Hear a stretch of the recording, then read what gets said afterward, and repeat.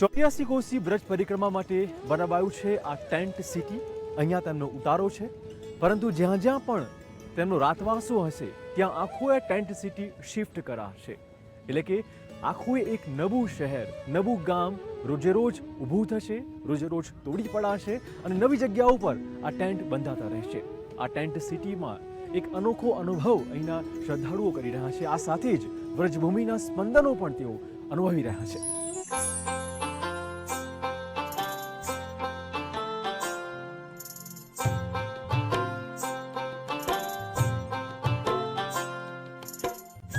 પરિક્રમાના અનેક મુકામો અને રાત્રિનો પડાવ પાલમાં, આ ટેન્ટ સિટીમાં।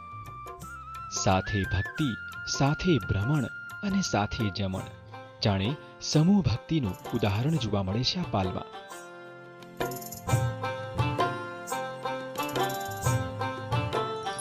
પૂર્ણ પુરુષોત્તમ વ્રજલીલાની અંદર સાક્ષાત બિરાજે છે। 84 કોષના જે સ્થળો છે એ એક એક સ્થળી ઉપર પ્રભુએ એટલી અલગ અલગ પનઘટ ને માન લીલા, દાન લીલા, હોળી લીલા, આ બધી લીલાઓનું પોતે પ્રત્યક્ષ બિરાજી અને બધા ગોપીજનોને સાક્ષાત અનુભવ કરાયો છે।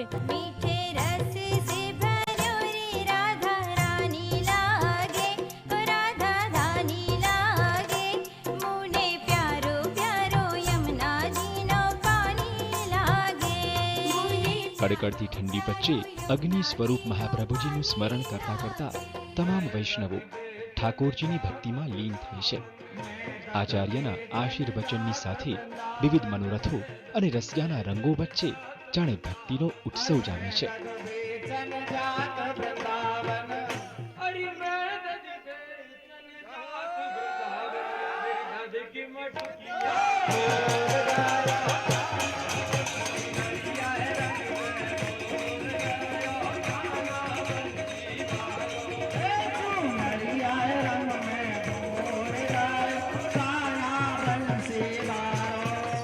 પાલમાં રહેવું એટલે શું, તમે રાજા હોય ચાહે રંક, એક જ જગ્યાએ એક સરખા સ્થાનમાં પ્રભુ માટે અમે બધા એક સરખા થઈને આવ્યા છે, એ ભાવના પણ અહીંયા આપણે વ્યક્ત કરી શકીએ। હવે મારા 8 બેડરૂમના બંગલા છે, મારો 2 બેડરૂમના છે, અહીંયા બધાના એક જ બેડરૂમ છે, એક જ રીતે બધા રહીએ છીએ અને પ્રભુ સાથે બધા મળીને ચાલીએ છીએ।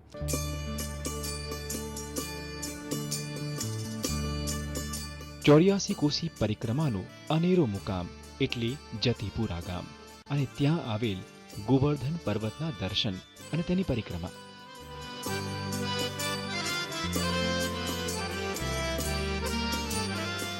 જો કે પરિક્રમા કરતા પહેલા કરાય છે મુખારવિંદના દર્શન। આ એ જ જગ્યા જ્યાંથી ભગવાન કૃષ્ણએ ઉચક્યો હતો આખો ગોવર્ધન પર્વત, જ્યાં દૂધ ચઢાવવાનું વિશેષ મહત્વ છે।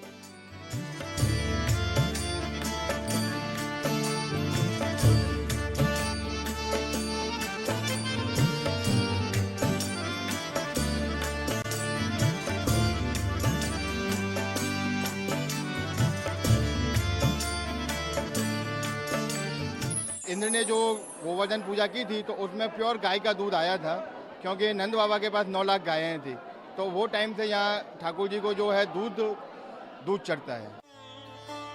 મુખારવિંદની સામે જ આવેલી છે મહાપ્રભુજીની બેઠક, જ્યાં વૈષ્ણવો નમન કરે છે। આચાર્યની આજ્ઞા સાથે આરંભાય છે ગોવર્ધનની પરિક્રમા।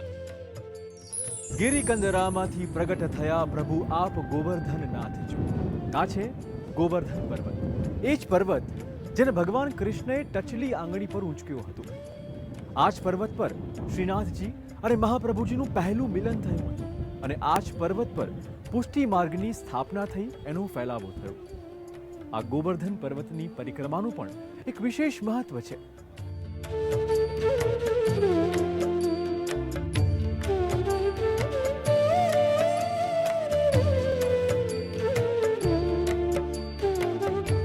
ગોવર્ધનની આ પરિક્રમાનો અને તેના પ્રકારોનો પણ એક અલગ જ મહિમા છે।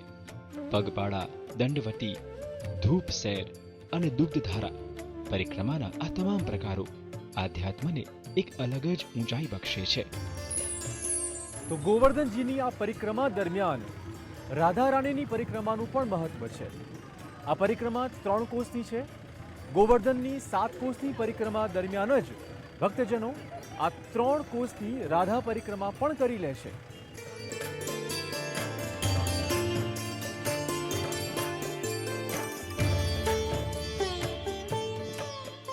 પરિક્રમા પૂર્ણ કરી વૈષ્ણવો આન્યોર બેઠક પર આવેલી મહાપ્રભુજીની બેઠકના દર્શન કરે છે. જતીપુરા પાસે જ આવેલું છે શ્યામઢાક અને ગુલાલકુંડ, જ્યાં પણ મહાપ્રભુજીની બેઠકના દર્શનનું અનેરું મહાત્મ્ય છે. ગુલાલ કુંડે હોળી રમતા રંગીલા શ્રીનાથજી. આ ગુલાલ કુંડ જ્યાં ભગવાન કૃષ્ણ અને રાધારાણી એ હોળી રમતા હતા પોતાના સખાઓ સાથે, ગોવાળો સાથે. આ સાથે જ અહીંયા મહાપ્રભુજીની બેઠક આવેલી છે, જ્યાં માન્યતા છે કે અહીંયા ચાંદીની પિચકારી અને ડોલ ચઢાવી શકાય છે અને પોતાની મનોકામના પૂર્ણ કરી શકાય છે.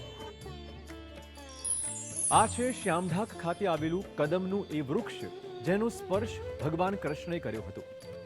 આ શ્યામઢાક અને આ વૃક્ષ વિશે માન્યતા એ પ્રકારની છે કે ગોપીઓ અહીંયા માખણ સાથે આવતી. એકવાર ભગવાન કૃષ્ણએ તેમની પાસે માખણ માંગ્યું. ગોપીઓ નારાજ થઈ માખણ આપવાની ના પાડી અને પૂછ્યું પણ ખરું કે ભગવાન માખણ શેમાં ખાશો? ત્યારે ભગવાન કૃષ્ણએ આ કદમના વૃક્ષને સ્પર્શ કર્યો અને આ વૃક્ષના તમામ પાંદડા એ આ વાટકી આકારના થઈ ગયા. આપ જોઈ શકો છો આ વૃક્ષનું આ પાંદડું એકદમ વાડકી આકારનું છે, એક પાત્ર જેવું છે અને બસ આ જ પાંદડામાં, આ જ વૃક્ષના પાંદડામાં ભગવાન કૃષ્ણએ એ વખતે માખણનું પાન કર્યું હતું. કામવનમાં ક્રીડા કરતા રંગીલા શ્રીનાથજી. કામવનનું પણ 84 કોસી વ્રજ પરિક્રમામાં આગવું સ્થાન છે. કામવનની પરિક્રમા ઉપરાંત ચરણ પહાડી, બદ્રીનાથ, કેદારનાથ, ટોડકો ઘનો, વિમલકુંડ આ તમામ દર્શનીય સ્થળોની વૈષ્ણવો ઝાંખી કરે છે. વ્રજયાત્રાનો મહત્વનો મુકામ એટલે બરસાના. બરસાના એટલે રાધાનું ગામ. એ રાધા કે જેને ભગવાન કૃષ્ણે સૌથી વધુ પ્રેમ આપ્યો. એ રાધા કે જેણે કૃષ્ણનો પ્રેમ પામીને આ બરસાના ગામને અમરત્વ બખ્યું. બરસાનાની ગલીએ ગલીએ, વૃક્ષે વૃક્ષે, ડાળે ડાળે બસ રાધે રાધેનો નાદ સંભળાય છે.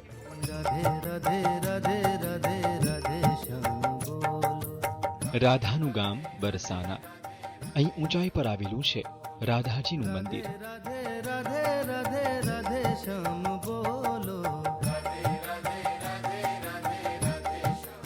રાધા રાજા વૃષભાનની દીકરી હતા. વૃષભાનને એક કુંડમાં ઉગેલા કમળ પરથી રાધા બાલિકા સ્વરૂપે મળ્યા હતા. વૃષભાનનું મંદિર પણ બરસાના ગામમાં દર્શનીય છે. આ છે સાંકરી ખોર.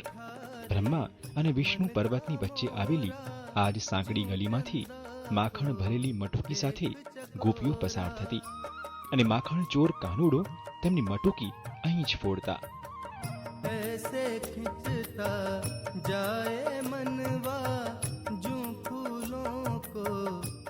આ જ પર્વત પર રાધાજીના પગ અને કાનાના પંજાના નિશાન છે.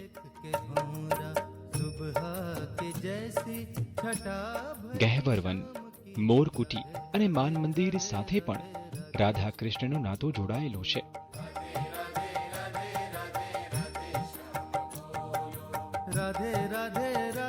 બરસાના પાસે જ આવેલું ગામ નંદગામ, જ્યાં નંદરાજાનો મહેલ દર્શનીય છે.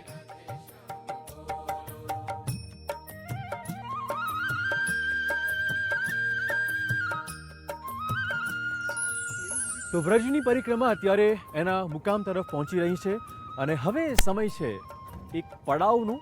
આ પડાવ પર અહીંયા રોકાણ થશે પદયાત્રીઓનું અને આપણે પણ રોકાઈએ એક બ્રેક માટે.